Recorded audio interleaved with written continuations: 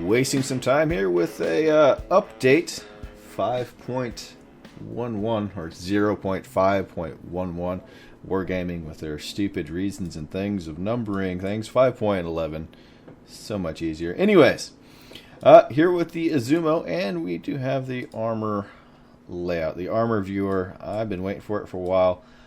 You have been able to find the armor layouts obviously on other websites, but now we have it in game and everything is so much clearer.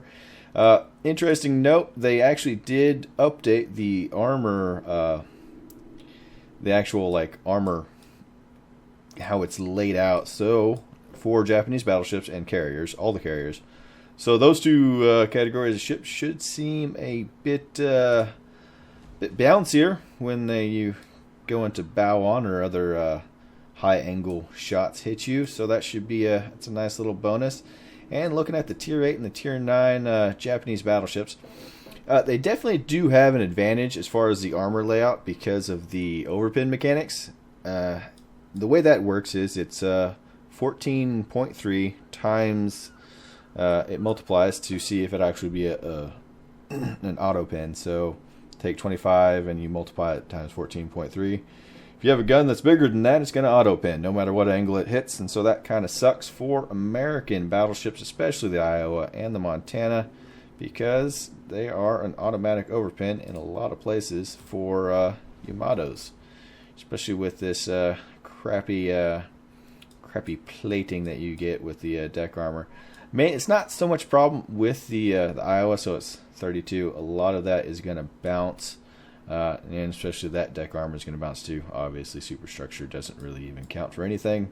It's not even really there. But the problem lies when you get to the Montana, and this is why it's weaker. It's just so... I mean, people have expounded on this before, but this just lets you see it a lot clearer. That the deck armor is so shoddy, especially on the front end here. It's just 29. That's an overpin for a Yamato shell. Doesn't matter how it hits. It's just silly.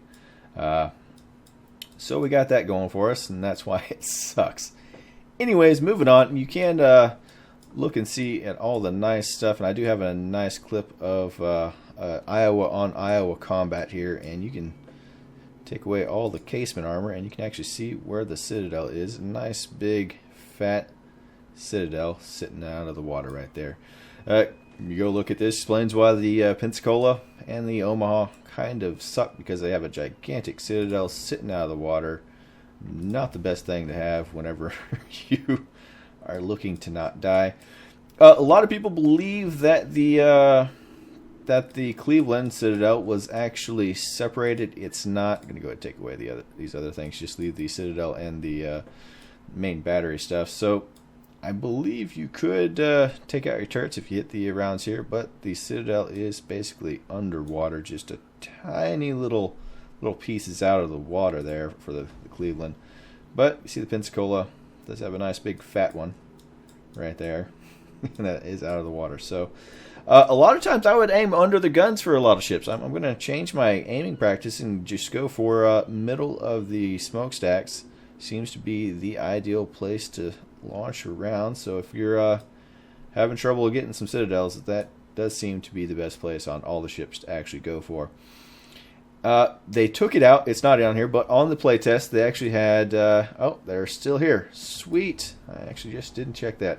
Preparation, not something I do all the time. So this is the tier 10. This is going to be painful. There is good news here though. The Citadel is just so out of the water. It's just it's worse than a lot of things. Even going to the tier 9's even worse. The tier 8 is actually, this I think is going to be the nice spot with the British cruisers. Just the way it looks. I mean, it's probably going to get a lot of overpins, a lot of damage. Doesn't have a lot of armor because it's obviously just a cruiser, but it's better than the Citadel sticking out of the water, just like a tower just yelling, "Shoot me." Interesting. So they're all going to be 152s, and the things I just noticed on the actual patch notes, that they are giving the British cruisers smoke. So that is actually a really cool thing.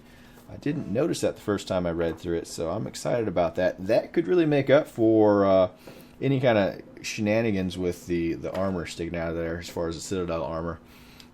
Really nice change they made was the change the reduction of the radar time. I actually got to go find a ship that has radar on it. That would be my Baltimore. I really do like my Baltimore. It's a good ship. Also, that's still has it sticking up out of there, but you see what I mean about the Citadel armor, just straight in the middle. That one's actually pretty well protected, but anyways, beside the point. They reduced the reload time on all of the surveillance radar. I'm really happy about that. So the standard went from 360 seconds down to 180, and the premium went from 240 seconds to 120 seconds. So I mean, I think that is worth it. I really do. But that is just my opinion. I'm going to go ahead and throw that on there because I have problems and I don't like destroyers. So I mean, that is the best news, I think, for a team. And I think Wargaming is trying to combat the omnipresent, ever always used strategy of destroyers just popping into a cap and smoking up. It's not a bad strategy. I just get kind of tired of it personally. Both sides of the coin. It's a great strategy to do when you're a destroyer. You get a lot of damage unless you get torpedoed by the torps that are just always going to go into there and your smoke screen. But man, I feel like it's a really cheesy tactic, especially late game. You can just do that. If you have somebody spotting, you can just completely wreck people. I like doing it myself. I'm not dogging on anybody who does it, but I think it would be more better gameplay for everybody involved if that wasn't quite as big a thing as it is. Anyway, so cruisers deadlier against destroyers. I'm happy about that. And man, carriers, American carriers. I guess everybody should start just running the fighter loadout since we got 33% more fighter ammo. Great, sure, that's amazing. Doesn't matter. I don't know. It may matter. It may be a good thing. Anyways, and I'm going to see if I can get back on track to what I was doing. The new maps, I was going to actually go and try to show you all the new maps, but the training room isn't working, and I don't have, trying to get into the new Epicenter map. I didn't really want to try to do that before I made a video, but it is pretty cool. I do like the setup, so it's going to be 3 concentric circles. I think I'm using that word right, maybe not, but it will be an interesting encounter kind of battle. I'm looking forward to it. So it's going to be 3 cap zones and a smaller and smaller circle.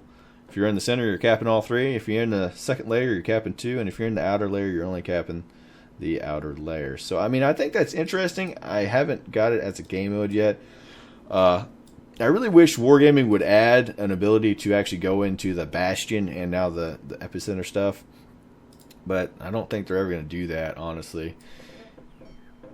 So, wish in one hand and take a dump in the other, and I'm pretty sure I know which one's going to fill up first. So I didn't get to do what I wanted. They actually increased the armor on the turrets, the deck armor, so it should actually be better in bow-in situations. Keep that in mind if you're going to be playing your turrets a lot. They increased the deck armor to 30 millimeters all around. I believe it is all around. Let's go ahead and check that.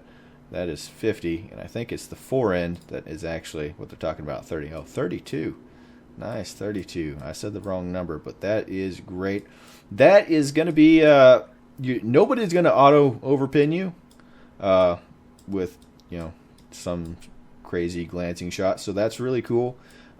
Just more trolliness. If you need to go bow in and turrets, it's definitely an option. Don't be afraid to do that and close with somebody and get torpedoes into them.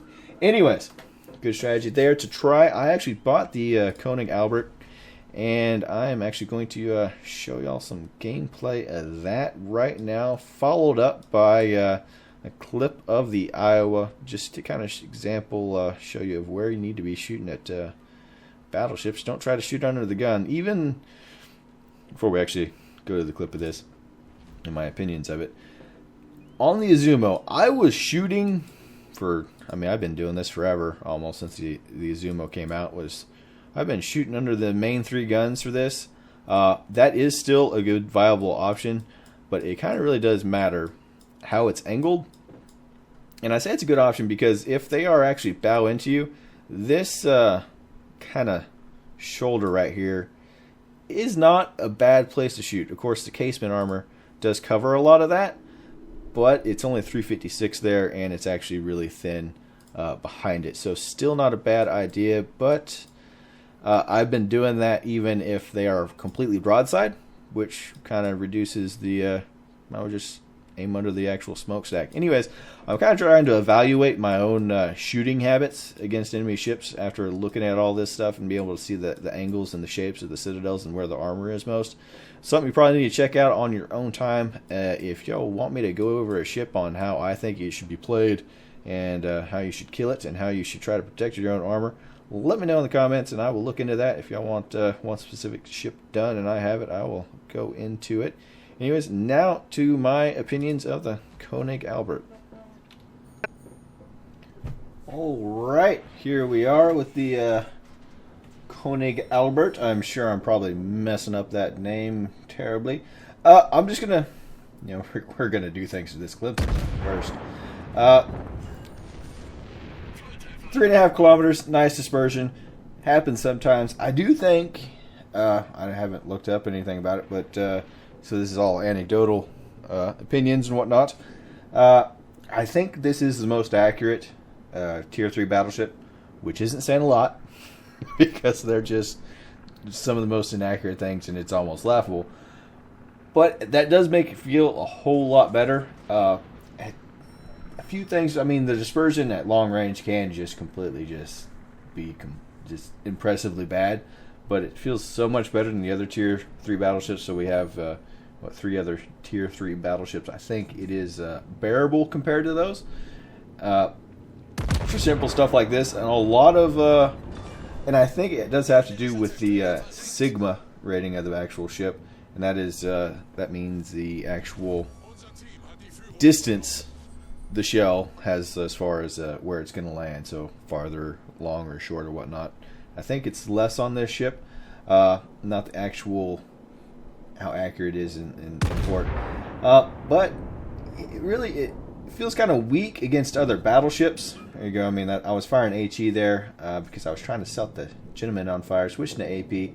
But you can get the obviously just completely terrible. I think I like it as a Tier 3 premium battleship. It's relaxing. It's slow. It's so slow. 18 or so knots is the max I usually got out of it with maneuvering about. But still a fun ship. I think it is worth playing. The actual repair cost that it cost me was under 10,000, so that's not bad. I made like 140,000. It was a full 20 minutes though, so not the best time spent for money earned. Any kind of metric. No, it's not. You need to go with a Tier 8 premium to make the most money for your time. But it's still fun. I think best played with a division if y'all are just looking to have a nice fun time, and you can kind of see the wild spread I got there.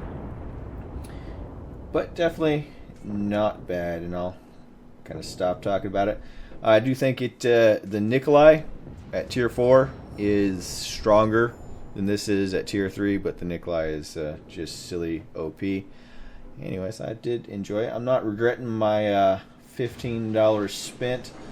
Going to touch on the actual changes to the what's available in the tech tree for ships. So they took away the Murmansk, the Bliskawicka, and what else was it they took out of here? What else? The Diana. That's why I didn't remember it. Diana. I don't care about the Diana personally. They added the Smith, the Saipan, the Sims. Don't buy the Sims, and the Koenig. Koenig, worth it if 15 bucks isn't a whole lot to you, and it's not gonna. You just want to collect the ship. Definitely not a bad ship to have in your collection if that's what you're gonna do with it. But not worth buying if you just need something to make money. And those are my thoughts on it. I may buy the Smith. Just looking at the stats, though, it doesn't look actually special as far as anything at all. It doesn't look very good at all, honestly. But, yeah, that kind of covers my thoughts and what I think about this update and what I think is important that happened in the update. And I'll just finish up this battle here and have one more clip of the Iowa that I was going to show y'all once this is over, just to kind of show the what good aim, and if you know where the citadels are now, what you can do with it in close quarters in a battleship, or especially. Anyways, this Yubari, the lucky fellow for this first salvo. Spoiler alert, of course he's bow in, trying not to get killed. And yeah, just one shell for a penetration, not bad. I did get wrecked there a minute ago by that the Kaiser that sailed up here. Not the best armor on this, but the armor as far as broadside armor surprisingly is better than the Nikolai, and that's just because not really too much to compare as far as premium ships as battleships down here. You could compare it to the Izwichi. At tier, I think this is better than the Izwichi Zucchini. And one thing I was going to mention, actually almost forgot, you actually get better firing arcs on this ship, so you can be at 32 degrees and have 4 guns shooting if you're facing away, firing kind of this angle. If you're going forward, the best angle you can get with firing all 4 turrets easily is 35 degrees. Just something to keep in mind. You are slightly better armored going running away than actually attacking. That turret number 2 is, or turret number 3, kind of depending on which side you're shooting from, is basically effectively useless in any kind of close engagement because you have to go so broadside. Anyways, here is DJ Scotty J, I think his name was, if I recall correctly, in a nice battle in the Iowa he had. I actually had the whole replay. I just wanted to show this part especially for this video because it just shows, if you recall what the armor looked like with the Iowa, remember that citadel starts right at the forward turret. It was slightly sloped, so if you shoot right behind that forward turret right into the side, you're going to completely wreck him. That is where DJ launches his shells, completely wrecks that guy. He was pretty beat up beforehand, but I think if you put in the time and study the, especially on battleships and on some cruisers, and put in the time to actually find out where the citadels are, it'll pay off a whole lot. DJ actually goes for this kill number 5 here, but definitely something I would recommend to everybody who's interested in upping their game. Study the citadels, see what you can make of it, and how you need to shoot somebody to get those nice hits into people. Anyways, hopefully y'all enjoyed. Come back and see me.